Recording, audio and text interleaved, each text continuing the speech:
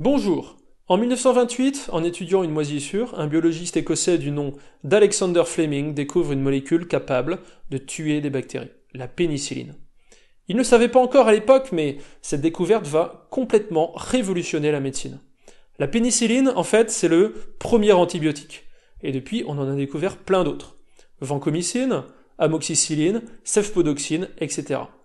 Ces médicaments sont parfaitement indispensables actuellement car ce sont les seuls traitements vraiment efficaces contre les infections bactériennes. Et en plus, les effets secondaires sont en général assez limités, ce qui fait que les antibiotiques sont énormément utilisés et ont probablement sauvé des millions de vies humaines. Mais il y a une ombre au tableau. En effet, on se rend compte en fait que, au fil des années, il y a de plus en plus de bactéries qui deviennent résistantes à ces antibiotiques. Si bien qu'on voit apparaître depuis quelque temps des souches multirésistantes pour lesquelles tous les antibiotiques connus sont inefficaces.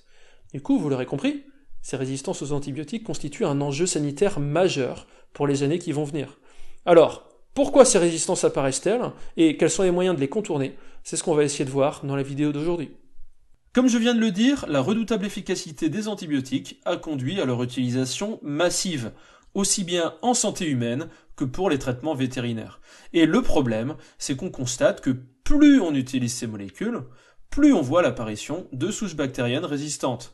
Concrètement, ça signifie que la bactérie présente des spécificités cellulaires qui lui permettent de résister à la molécule utilisée, ce qui rendra le traitement inefficace.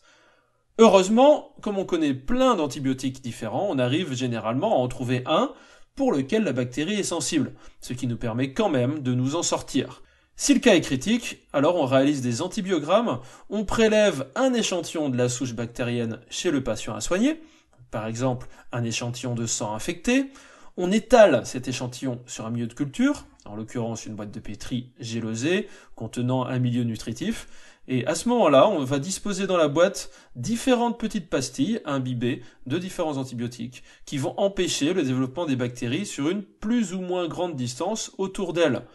Puis on attend que les colonies bactériennes se développent, formant alors un tapis bactérien sur la gélose, sauf à proximité des antibiotiques efficaces. Dans ce cas, ça crée des sortes d'auréoles autour, et donc ce sont ces auréoles qui vont ainsi nous renseigner sur l'efficacité des antibiotiques ciblés. Donc plus l'auréole est large, plus l'antibiotique est efficace.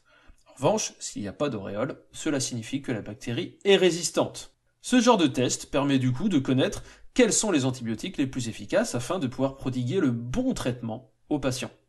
Le problème, c'est qu'on voit apparaître de plus en plus de souches qualifiées de multirésistantes, ce qui correspond à des bactéries qui résistent à plusieurs antibiotiques différents. Et dans certains cas, rares, mais qui arrivent quand même, on peut même aller jusqu'à une tautorésistance, c'est-à-dire une résistance à l'ensemble des antibiotiques connus. Et dans ces cas-là, on se trouve dans ce qu'on appelle une impasse thérapeutique, parce qu'il devient impossible de fournir aux patients un traitement efficace. Et ces souches multirésistantes, elles deviennent de plus en plus fréquentes avec le temps, si bien que certains scientifiques estiment que ces résistances aux antibiotiques pourraient être responsables de plusieurs millions de morts d'ici 2050. Les causes de ces résistances se trouvent dans un processus évolutif bien connu, la sélection naturelle. En fait, les souches bactériennes, comme n'importe quel être vivant, présentent une certaine variabilité génétique qui est issue de multiples mutations qu'elles ont subies au cours de l'histoire. Et parmi cette variabilité, il se trouve que certaines bactéries présentent, par hasard, des gènes qui leur permettent de résister à un antibiotique donné. Ces formes résistantes, elles apparaissent aléatoirement au gré des mutations, et sont donc initialement très minoritaires. Cependant, en cas d'utilisation massive de l'antibiotique, ces formes résistantes seront sélectionnées. En gros, vu que les autres souches seront détruites, il ne restera plus qu'elles, ce qui signifie qu'elles finiront par devenir majoritaires dans la population. La sélection qui s'applique sur les bactéries ne fonctionne que s'il y a eu utilisation massive des antibiotiques. Du coup, pas le choix. Si on veut éviter l'apparition de ces résistances, il faut limiter au maximum l'utilisation de ces médicaments. Dans ce sens, il faut savoir que ces molécules ne servent que pour les infections bactériennes et n'ont donc aucun effet sur les infections virales. Or, les maladies virales sont très grandement majoritaires. Dans 9 cas sur 10, si vous êtes malade, il est donc inutile de prendre des antibiotiques. Ainsi, les antibiotiques ne doivent être prescrits que si le diagnostic d'infection bactérienne est avéré. Inutile d'insister envers votre médecin pour en avoir. Dans les années 2000, il y a même eu une campagne publicitaire sur ce sujet visant à sensibiliser le grand public. Le slogan, c'était « Les antibiotiques, c'est pas automatique ». Eh bien, grâce à cette campagne, l'utilisation de ces médicaments a pas mal diminué, même si ce ne sera probablement pas suffisant. De même, pour limiter les risques d'apparition de résistance, il est nécessaire que chaque patient respecte scrupuleusement la posologie. Si vous suivez un traitement antibiotique, il est nécessaire d'aller jusqu'au bout de votre traitement, même si vous êtes guéri avant. Et bien sûr, l'automédication est formellement interdite pour ces médicaments. Concernant les animaux d'élevage, il faut savoir que d'importants efforts ont été effectués avec une baisse considérable de l'utilisation de ces antibiotiques. Donc, pour les animaux aussi, il est maintenant hors de question d'effectuer des traitements préventifs.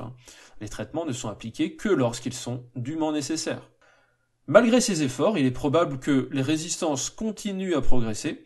Il est donc utile de continuer la recherche afin de découvrir de nouvelles molécules antibiotiques, voire, pourquoi pas, d'autres types de traitements. Voilà, nous avons vu au cours de cette vidéo que la résistance aux antibiotiques était en fait due à un processus évolutif bien connu, la sélection naturelle. Au sein des populations bactériennes, il y a une certaine diversité génétique. Ainsi, dans ce contexte, il y a des résistances qui peuvent apparaître à la faveur de certaines mutations. Et l'utilisation des antibiotiques dans nos sociétés actuelles est en fait tellement forte que cela crée une pression de sélection sur les populations de bactéries. Les résistantes vont davantage survivre que les sensibles. Ce qui fait que, au fil des générations, on aura une proportion de bactéries résistantes de plus en plus importante. Et malheureusement, il n'y a pas beaucoup de solutions pour éviter ça. À part bien sûr de modérer au maximum les usages de ces antibiotiques.